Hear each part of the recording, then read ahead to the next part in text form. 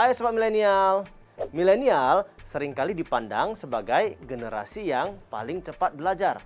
Di zaman sekarang yang penuh dengan kecanggihan teknologi, kesempatan kita untuk belajar lebih terbuka lagi.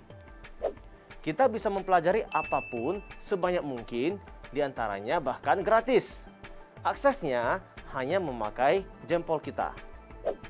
Salah satu yang bisa kita pelajari tentunya adalah bagaimana mengatur keuangan yang baik dan benar. Karena ternyata banyak juga dari kita yang masih salah mengatur keuangan. Kali ini kita akan membahas 10 kesalahan keuangan yang seringkali dilakukan atau tidak dilakukan oleh milenial. Ayo kita lihat.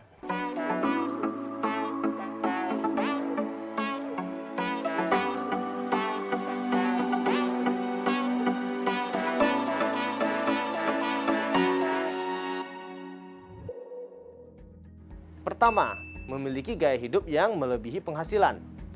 Saat ini, banyak sekali dari kita yang sangat fokus pada penampilan, termasuk pada barang-barang yang dipakai sehari-hari. Hal ini dilakukan karena mau eksis, ataupun untuk mendapatkan perhatian dan pengakuan dari orang lain.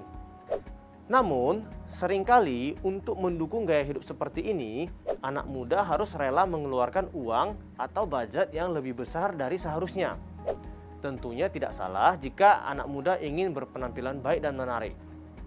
Tetapi, jangan lupa juga perhatikan seberapa besar pengaruhnya terhadap tabungan kita. Karena anak muda harus memiliki prioritas yang benar, apalagi dalam keputusan finansial.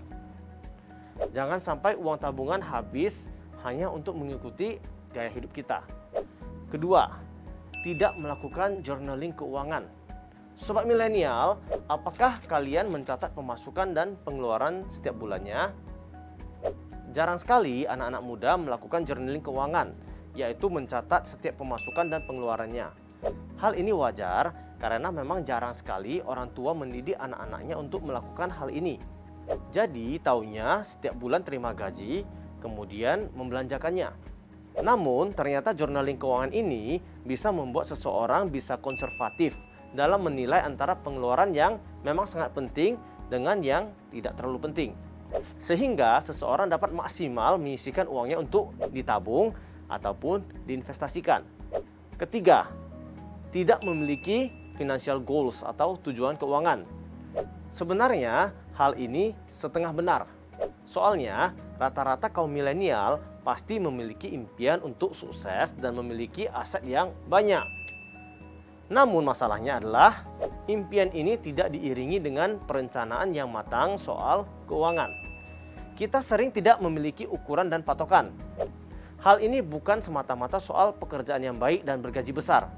Namun, tujuan keuangan ini bisa dilakukan dengan pekerjaan dan pendapatan yang ada saat ini. Lalu memperkirakan apakah dalam tahun depan bisa mencapai targetnya atau tidak. Dengan adanya tujuan keuangan, seseorang akan memiliki pertimbangan jika hendak menggunakan uangnya. Setiap hal yang akan dilakukannya akan mempengaruhi tujuannya kelak. Keempat, overspending atau pengeluaran yang berlebihan dari penghasilan. Jika hal ini terjadi sesekali dalam setahun, contohnya 1-2 kali dalam setahun, ini masih dalam batas kewajaran. Karena kita masih bisa menutupi pengeluaran berlebih saat ini dari tabungan yang ada pada bulan-bulan lainnya. Tetapi jika pengeluaran berlebih terjadi hampir setiap bulan, hal inilah yang berbahaya bagi keuangan kita. Karena pengeluaran ekstra ini biasanya diperoleh dari dana darurat.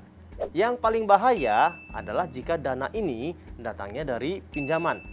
Jadi, jika memang kita harus mengeluarkan biaya lebih banyak dari penghasilan setiap bulan, walaupun sudah sangat berhemat, kita perlu mempertimbangkan untuk mencari tambahan pekerjaan ataupun usaha yang bisa menambah income. Kelima, tidak adanya tabungan atau dana darurat. Bisa saja kaum milenial rata-rata sudah memiliki tabungan, namun hanya saja dananya masih sepintas lewat. Jadi setiap menerima gaji, beberapa hari kemudian dana tabungannya sudah habis karena ditarik seluruhnya.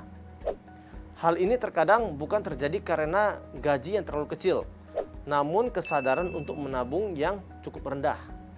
Ditambah lagi jika kita memiliki sifat yang ingin selalu menghabiskan uang yang ada. Dengan pemikiran bulan depan pun bakal terima gaji lagi. Jika hal ini terus berlanjut sampai usia yang lebih dewasa lagi, dapat menyebabkan kita memiliki resiko yang tinggi untuk mengalami kesulitan finansial. Kita juga sulit untuk bertahan jika terjadi sesuatu yang tidak diinginkan. Keenam, tidak memiliki proteksi diri atau asuransi. Proteksi atau asuransi adalah hal yang sangat penting untuk dimiliki seseorang. Hanya saja kaum milenial masih jarang yang memikirkan untuk mengalokasikan sedikit dari pendapatannya untuk membeli produk proteksi diri seperti asuransi. Banyak dari kita beranggapan bahwa kita masih muda, masih sangat sehat dan bisa menjaga diri sendiri. Padahal membeli polis asuransi di usia dini dengan kondisi tubuh yang masih sehat sangat menguntungkan. Biaya yang dikeluarkan untuk polis tersebut cukup kecil dengan perlindungan yang maksimal. Sobat milenial, biaya kesehatan saat ini sangat tinggi dan tidak bisa ditawar. Sehingga jika hal-hal yang tidak diinginkan terjadi, misalnya kita sakit keras, bisa saja uang tabungan kita terkuras. Ketujuh, penggunaan kartu kredit yang berlebihan.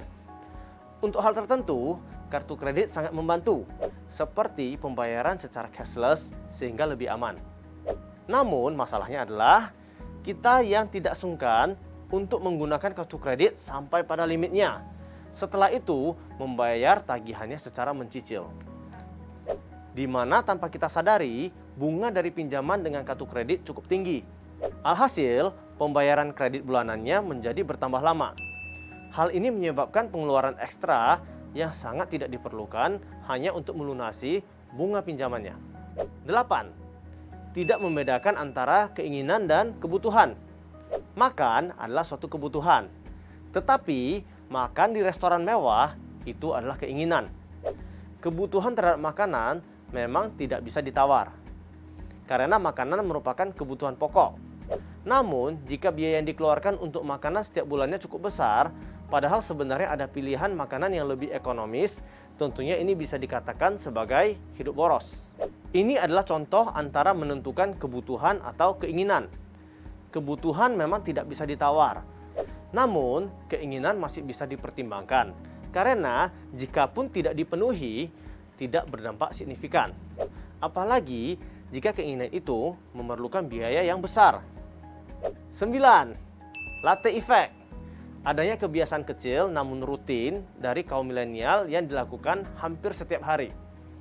Namun, hal-hal kecil ini ternyata telah mengambil bagian besar dari penghasilan kita. Contohnya, kebiasaan untuk duduk di kafe dengan memesan kopi yang memiliki harga premium setiap harinya. Bisa juga kebiasaan jalan-jalan ke mall. Walau memang tidak berbelanja, namun bila dihitung, biaya parkir dan biaya jajannya cukup besar jika rutin dilakukan. 10. Berinvestasi pada instrumen yang beresiko tinggi. Hal ini biasa dilakukan karena iming-iming akan return yang sangat tinggi, namun tidak mengindahkan sisi resikonya. Contohnya saja money game. Kaum milenial mudah terjebak akan hal ini tanpa memikirkan resikonya. Jika menggunakan seluruh tabungan untuk masuk ke dalamnya, tanpa mempelajari alur dan logika dari instrumen investasi tersebut, maka hasilnya bisa jadi sangat buruk. Sobat milenial, ke-10 kesalahan keuangan tersebut tanpa kita sadari telah kita lakukan sehari-hari. Namun, kita dapat menghindarinya, bahkan sukses dalam keuangan kita jika kita punya strategi yang cerdas dalam menentukan tujuan keuangan.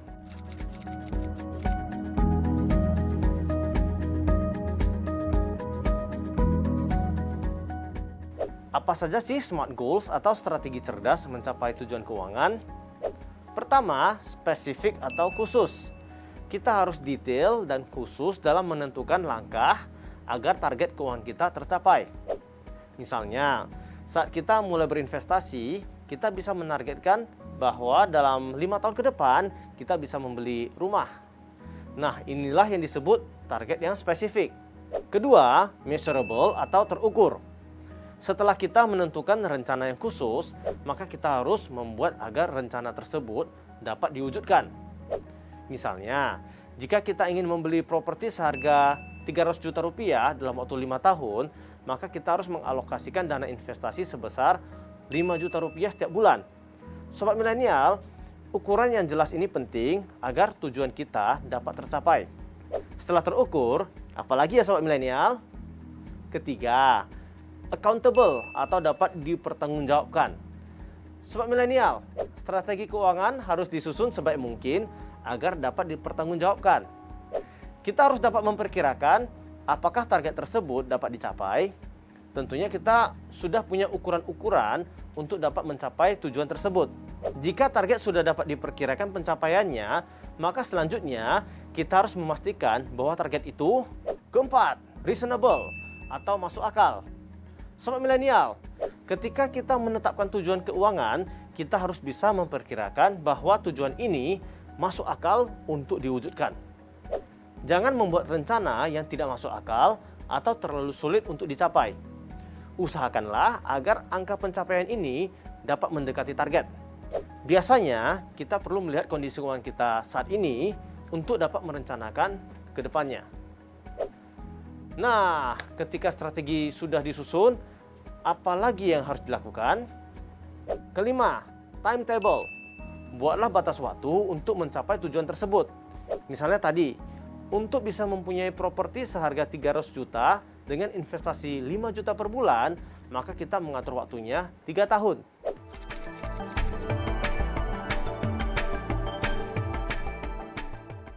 Nah, bagaimana sobat milenial? Sekarang sudah paham ya bahwa ada banyak kesalahan-kesalahan pengelolaan keuangan yang tanpa kita sadari telah kita lakukan dalam kehidupan kita. Kita harus ingat mencapai tujuan keuangan yang cerdas agar tidak terseret dalam arus yang membahayakan kesehatan keuangan kita. Yuk sobat milenial, mulailah cerdas dalam mencapai tujuan keuangan.